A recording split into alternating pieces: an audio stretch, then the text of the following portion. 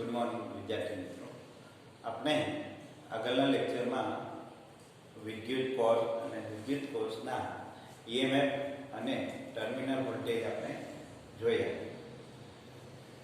Terminal voltage માટે આપણે સમીકરણ તારવેલું હતું V epsilon minus IR, જ્યાં એપ્સિલોન છે એ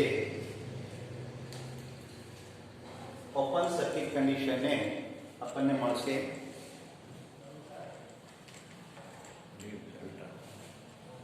ઓપન સર્કિટ કન્ડિશન ઈએમએફ, વિદ્યુત પ્રવાહ R બેટરીનો આંતરિક અવરોધ, V ટર્મિનલ વોલ્ટેજ. આટલું આપણે આગળના લેક્ચરમાં ભણી ગયા. ત્યારબાદ હવે આપણે એક નવા ટોપિક તરફ જઈએ. તો એ નવો ટોપિક આ રીતનો છે વિદ્યાર્થી મિત્રો કે કોઈ પણ ઇલેક્ટ્રિક ઉપકરણ હોય કે ઇલેક્ટ્રોનિક સર્કિટ હોય, આ ઇલેક્ટ્રોનિક સર્કિટમાં અલગ અલગ ઘટકો જોડાયેલા હોય છે. અલગ અલગ ઇલેક્ટ્રિક ઘટકો એટલે કે અવરોધ, બેટરી, કેપેસિટર, આ બધા ઘટકો જોડાયેલા હોય છે. આ બધા ઘટકો કઈ રીતે જોડાયેલા હોય છે? તો કે આ બધા ઘટકો શ્રેણી અને સમાંતર જોડાયેલા હોય છે. તો આપણે નેટવર્ક કેને કહીએ? નેટવર્ક એટલે સાદી ભાષામાં આપણે કહીએ ઇલેક્ટ્રિક સર્કિટ. તો ઇલેક્ટ્રિક સર્કિટ કેને કહીએ? સાદી ભાષામાં આપણે ઇલેક્ટ્રિક સર્કિટ કહીએ.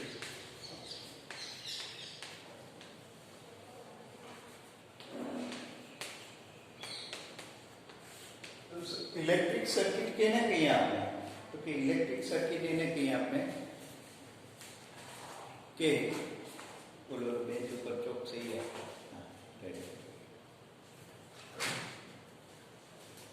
અવરોધ, કેપેસિટર, બેટરી, ઇન્ડક્ટર વગેરે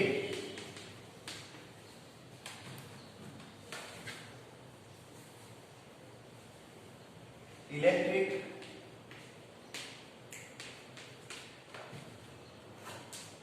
ઘટકો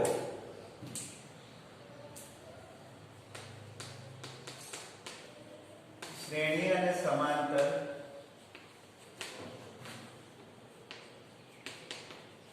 જોડાઈને તૈયાર થતા પરિપથને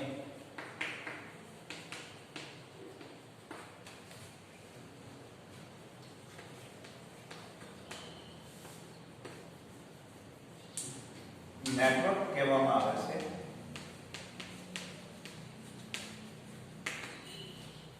અહીંયા વિદ્યાર્થી મિત્રો નેટવર્ક એટલે નેટવર્કમાં સમાવેશ થતા બધા ઘટકો શ્રેણી અને સમાંતર એવા મિશ્ર જોડાણો જોડાઈને બનાવતી ઘટના એને નેટવર્ક કહેવામાં આવે છે. દાખલા તરીકે અહીંયા એક જોઈએ તો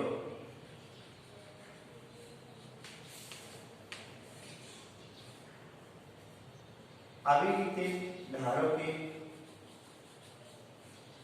આ એક કેપેસિટર,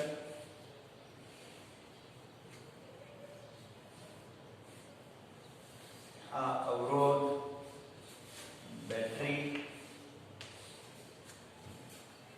ધારો કે R1 અવરોધ,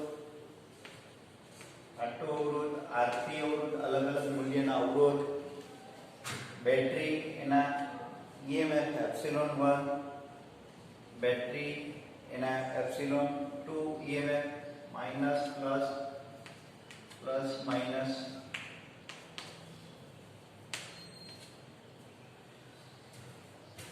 અને આવી રીતે નામ આપીએ ABC D E F. તો આવી રીતે ઘટકો સમાંતર અને શ્રેણીમાં જોડાય અને બનતા ઇલેક્ટ્રિક પરિપથને આપણે નેટવર્ક કહેવામાં આવે છે. નેટવર્ક. હવે અહીંયા અગત્યની બાબત એ ધ્યાન આપીએ તો વિદ્યાર્થી મિત્રો, આ નેટવર્કમાં પહેલું આપણે એ જોઈએ જંક્શન બિંદુ.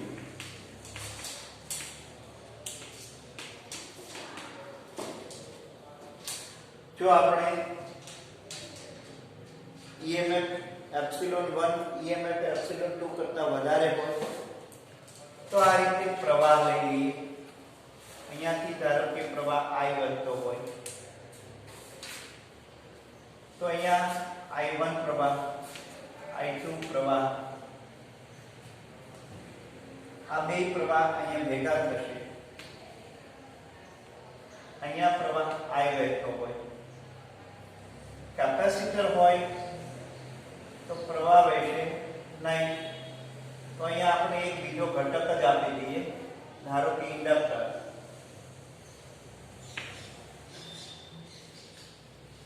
તો અહીંયાથી પ્રવાહ I2, અહીંયાથી પ્રવાહ I1, બે પ્રવાહ ભેગા થશે,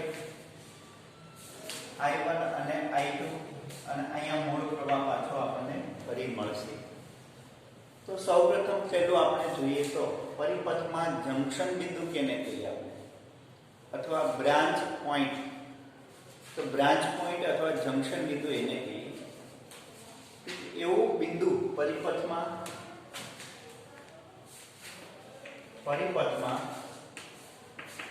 એક એવું બિંદુ મળે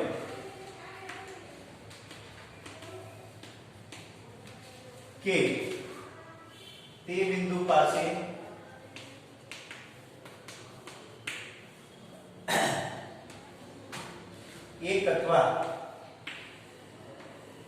બે અથવા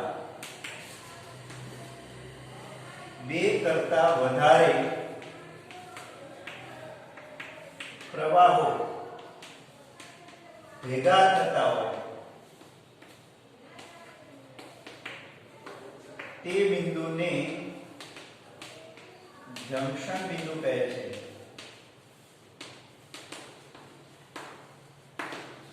અહીંયા વિદ્યાર્થી મિત્રો, પરિપથમાં બે અથવા બે કરતા વધારે પ્રવાહો ભેગા થતા હોય તો એવા બિંદુને આપણે જંક્શન બિંદુ કહીએ. તો આકૃતિમાં જોઈએ તો જંક્શન બિંદુ આપણને એક બી પોઈન્ટ મળે કે જ્યાં I1 અને I2 પ્રવાહ ભેગા થઈ અને I પ્રવાહ તૈયાર થાય. એટલે અહીંયા ત્રણ પ્રવાહો તૈયાર થાય છે. E બિંદુ લઈએ તો I1 અને I2. F બિંદુ પાસે માત્ર I1 પ્રવાહ છે, એટલે F બિંદુને આપણે જંક્શન પોઈન્ટ કહી શકશું નહીં. E બિંદુ અને F બિંદુ, તો આકૃતિમાં E અને F એ જંક્શન બિંદુ થશે.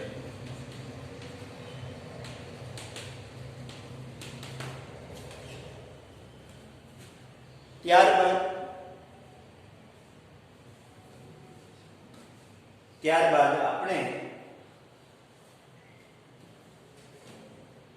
બંધ લૂપ જોઈએ. તો પરિપથમાં બંધ ગાળાઓ ક્યારે મળે, અને કિર્ચોફના નિયમ માટે આપણે બંધ ગાળાઓ અગત્યના છે, એટલા માટે આપણે બંધ ગાળાઓ કહીએ. તો બંધ ગાળાઓ અથવા ક્લોઝ લૂપ કહીએ. તો ક્લોઝ લૂપ એટલે શું?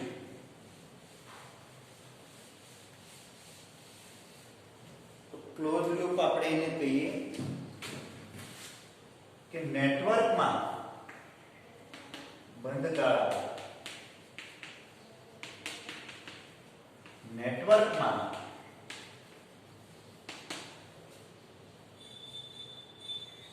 બંધ લૂપ બનતી હોય તેને બંધ ગાળા કહે છે.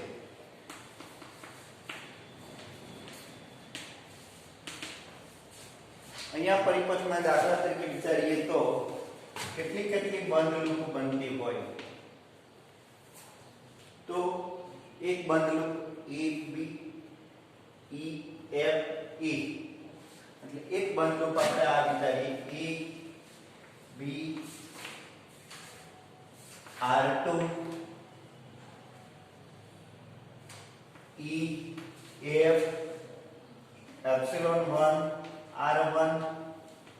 એ આ એક બંધ લૂપ બનશે, જેને આ રીતે લખી શકાય વિદ્યાર્થી મિત્રો. બીજી એક શક્ય બંધ લૂપ આ રીતે પણ મળશે, B C R3 epsilon to D E R2B.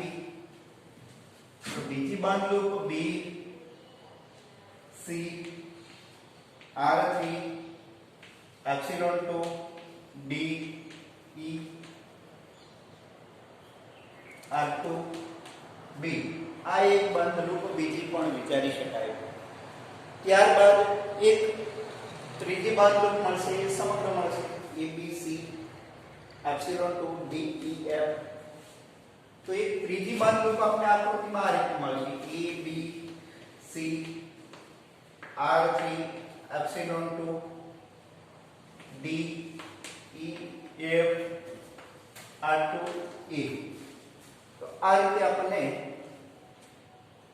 વિદ્યાર્થી મિત્રો ત્રીજી એક બંધ લૂપ મળશે, જે બંધ લૂપ આ રીતે વિચારી શકાય.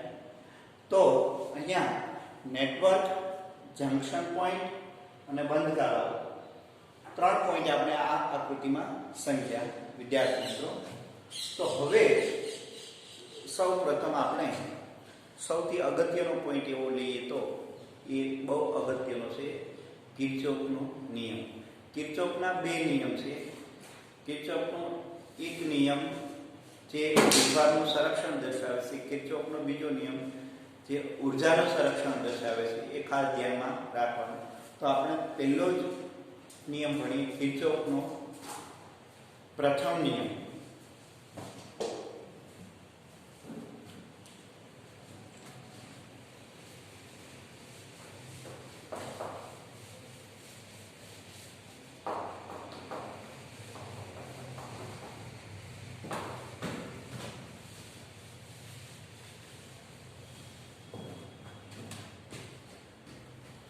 વિદ્યુત પરિપથમાં ઘણા બધા કોયડાઓ ઉકેલવા માટે અથવા કોઈ અવરોધના 2 છેડા વચ્ચે વિદ્યુત સ્થિતિમાનનો તફાવત અથવા અવરોધમાંથી વહેતો પ્રવાહ, કોઈ પણ ઘટકમાંથી વહેતો પ્રવાહ અને ઘટકના 2 છેડા વચ્ચે વિદ્યુત સ્થિતિમાનનો તફાવત મેળવવા માટે આપણે ઓહમનો નિયમ ઉપયોગમાં લઈએ. પરંતુ આ ઓહમના નિયમ ઉપરાંત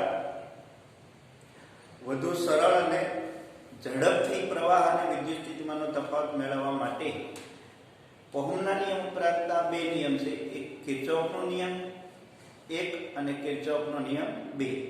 આ ઓહમનો નિયમ સાથે સાથે આ 2 નિયમ, આ 3 નિયમના ઉપયોગ કરી અને ઝડપથી આપણે કોઈ પણ ઘટક વચ્ચેના પીડી અથવા એમાંથી વહેતો પ્રવાહ મેળવી શકાય. તો કિર્ચોફનો પ્રથમ નિયમ, વિદ્યાર્થી મિત્રો, કિર્ચોફનો પ્રથમ નિયમ અને બીજો નિયમ પરીક્ષાની દ્રષ્ટિએ આપણે ગણીએ તો એટલો બધો આઈપી નથી, પરંતુ એ 2 નિયમનો ઉપયોગ કરવો એ બહુ અગત્યનું છે ખાસ. અને એ 2 નિયમના ઉપયોગથી આપણે ઘણા બધા એમસીક્યુ અને કોયડાઓ ઉકેલી શકીએ. તો એ 2 નિયમ સમજવા અને કઈ રીતે 2 નિયમનો ઉપયોગ કરવો એ બહુ અગત્યનું છે. તો આપણે સૌપ્રથમ કિર્ચોફનો પ્રથમ નિયમ ભણીએ. તો અહીંયા આપણો ટોપિક છે કિર્ચોફનો પ્રથમ નિયમ. વિદ્યાર્થી મિત્રો, કિર્ચોફનો પ્રથમ નિયમ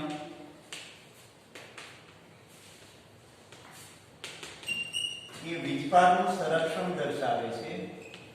વીજભારનું સંરક્ષણ. અહીંયા ધારો કે એક નેટવર્કનું એક જંક્શન બિંદુ ધ્યાનમાં લઈએ. આ જંક્શન બિંદુથી મળતા પ્રવાહો અને દૂર જતા પ્રવાહો વિચારીએ. તો ધારો કે એક જંક્શન બિંદુ O વિચારીએ, એમાં I1 પ્રવાહ જંક્શન બિંદુ તરફ જાય છે, I2 પ્રવાહ જાય છે, I3 પ્રવાહ બહાર આવે છે, I4 પ્રવાહ બહાર આવે છે અને I5 પ્રવાહ બહાર આવે છે. આ રીતે જંક્શન બિંદુ પાસે મળતી અલગ અલગ નેટવર્કની શાખાઓ અને અલગ અલગ નેટવર્કમાંથી આવતા પ્રવાહો અને દૂર જતા પ્રવાહો નો વિચાર કરીએ. તો વિદ્યાર્થી મિત્રો અહીંયા એક જંક્શન બિંદુ આપણે ઓ ધારીએ તો આકૃતિમાં એક જંક્શન બિંદુ ઓ ધારીએ તો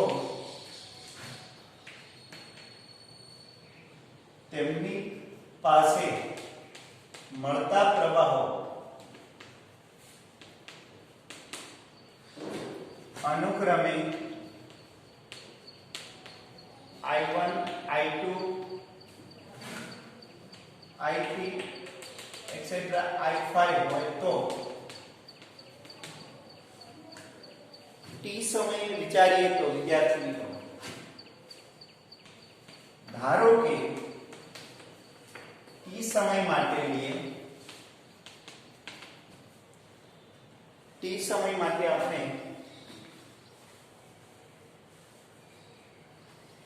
ટેબલ t સમય માટે આપણે વિચારીએ તો I1 પ્રવાહ I2 પ્રવાહ I3 I4 I5 માટે આપણે આવું લખી શકીએ I1 બરાબર Q1 upon T અને દરેક માટે આવું લખી શકીએ આપણે I2 બરાબર Q2 upon T I3 બરાબર Q3 upon T અને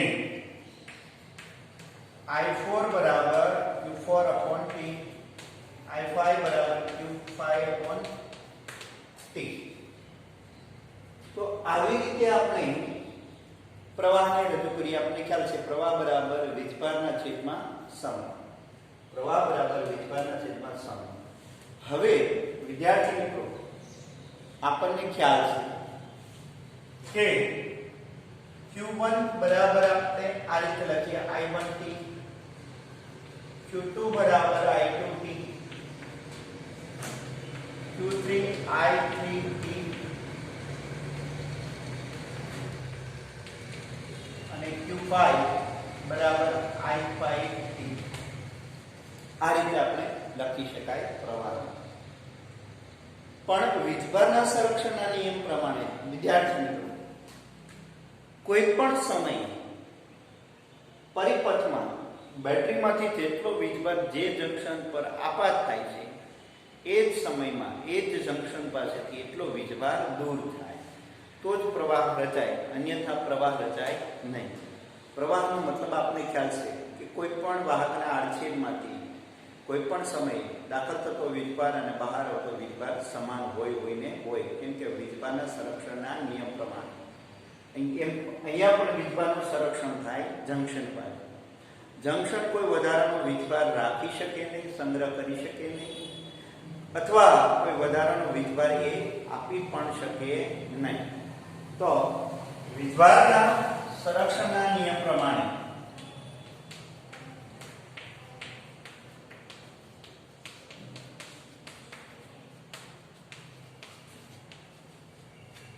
મુજબ જો આપણે વિચારીએ તો જંક્શન પાસે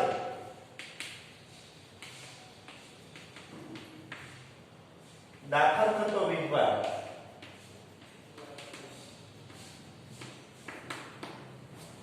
તો એ કેટલો મળશે વિદ્યાર્થી મિત્રો? તો કે I1 અને I2 ને અનુરૂપ જે કંઈ વીજભાર છે એ જંક્શન પાસે દાખલ થાય છે. તો દાખલ થતો વીજભાર કેટલો મળશે? તો Q1 Q2 અને દૂર થતો વીજભાર કેટલો મળશે આપણને? તો કે દૂર થતો વીજભાર આપણને ખ્યાલ છે Q3 Q4 Q5. આ રીતે આપણને વીજભાર દૂર થતો જોવા મળે. હવે આમાં આપણે દાખલ થતો વીજભાર બરાબર દૂર થતો વીજભાર.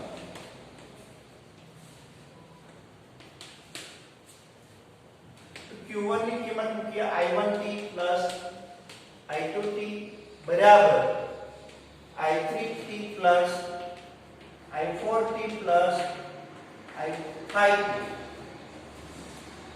આવી રીતે આપણે t દૂર કરીએ તો આપણે પ્રવાહ મળશે i1 પ્લસ i2 બરાબર i3 plus i4 plus i5.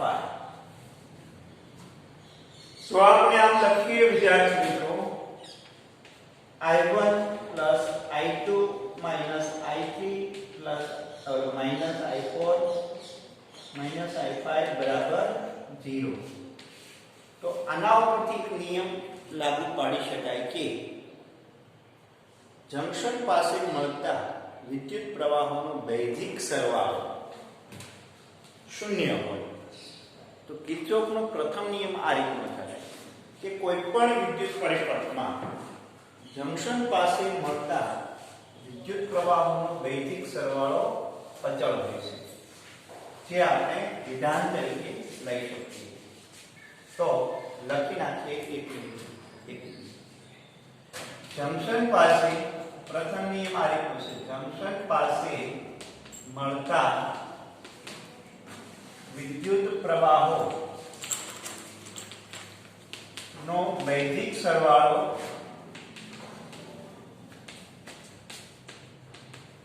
શૂન્ય હોય છે. અહીંયા વૈદિક સરવાળાનો મતલબ એવો છે કે જંકશન પાસે દાખલ થતા પ્રવાહોને આપણે પ્લસ લઈએ અને દૂર થતા પ્રવાહોને માઈનસ લઈએ તો આ રીતે મળે i1 plus i2 minus i3 minus i4 minus i5 0. અહીંયા વિદ્યાર્થી મિત્રો વૈદિક સરવાળામાં સંજ્ઞા પદ્ધતિ આપવી અગત્યની છે, અને સંજ્ઞા પદ્ધતિ આપવા માટે ખાસ અગત્યની બાબત એ ધ્યાનમાં રાખવાની કે જંકશન પાસે મળતા પ્રવાહો છે હંમેશા પ્લસ જ લેવાના અને દૂર જતા પ્રવાહો માઈનસ લેવાના. એ રીતે સરવાળો આપણે મળે. તો એ ત્યારબાદ આપણે